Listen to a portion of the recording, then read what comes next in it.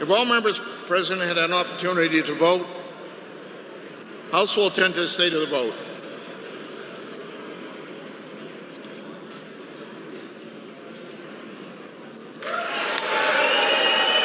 (199) voting yea, 70 voting nay. The member may continue. Thank you, Mr. Speaker. I was told to speak a little bit quieter and to adjust the microphone. I hope everybody can hear me.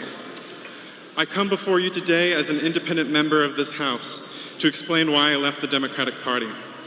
The Democratic Party, ironically, is the least democratic institution I have ever been a member of. For context, I served as a member of the New Hampshire Democratic Party's State Committee since 2020, and obviously as a Democratic member of this House. Yet I, observed as a leader within this party, is a party that does not follow the idea or follow its own constitution. The NHDP Constitution states that the State Committee shall govern the party between state conventions. Chapter 3 of the New Hampshire Democratic Party's Constitution states the purpose of the State Committee, and I'm quoting this, "It is the responsibility of the members of the Democratic State Committee to participate actively in formulating policy, conducting business, and maintaining the financial stability of the state party as necessary or appropriate to carry out the goals of the NHDP." Yet, as a former member of the State Committee, I can tell you that this was never followed through on. There was no opportunity for input or discussion at any of the State Committee meetings. Similarly, Chapter 2, Section B states that the NHDP conventions shall adopt the platform of the NHDP, nominate presidential electors, vote on amendments to the Constitution of the Democratic Party, promote party unity, and carry out the actions necessary to further the goals of the NHDP. This means that the convention is the ultimate decision-making body of the party. Every single Democratic member of this House is automatically a delegate to this convention. As all the Democratic members of this chamber should recall, last year's convention, we were tasked with voting on an amendment to the party's constitution that included 56, that is 56 alterations to the Constitution. Yet the same thing occurred. No delegate was allowed to voice their opinion and debate this important change to the party's governing document at the convention. To make things worse, refused to provide the contact information of any state committee member or convention delegate to any state committee or convention delegate. Think of it like this. Imagine the New Hampshire House, except we are not allowed to speak and debate on the House floor, and we are not allowed to talk to one another outside of the House. That is the sad reality of the New Hampshire Democratic Party. To continue with this theme of undemocratic practices, it seems that the chairman of the Democratic Party leads his party with an iron fist. As a member of the State Committee, we are tasked with electing the officers of the party. Last year, we had such an election. In that election, I endorsed and voted for the chairman's opponent. This seems to have gotten me on what I affectionately call his blacklist.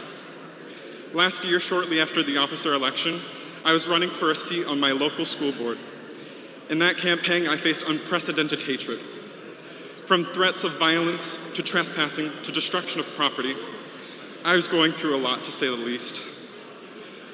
One such incident was where one of my supporters' pride flags was burnt after putting my campaign sign on their property, which was also destroyed that very same night.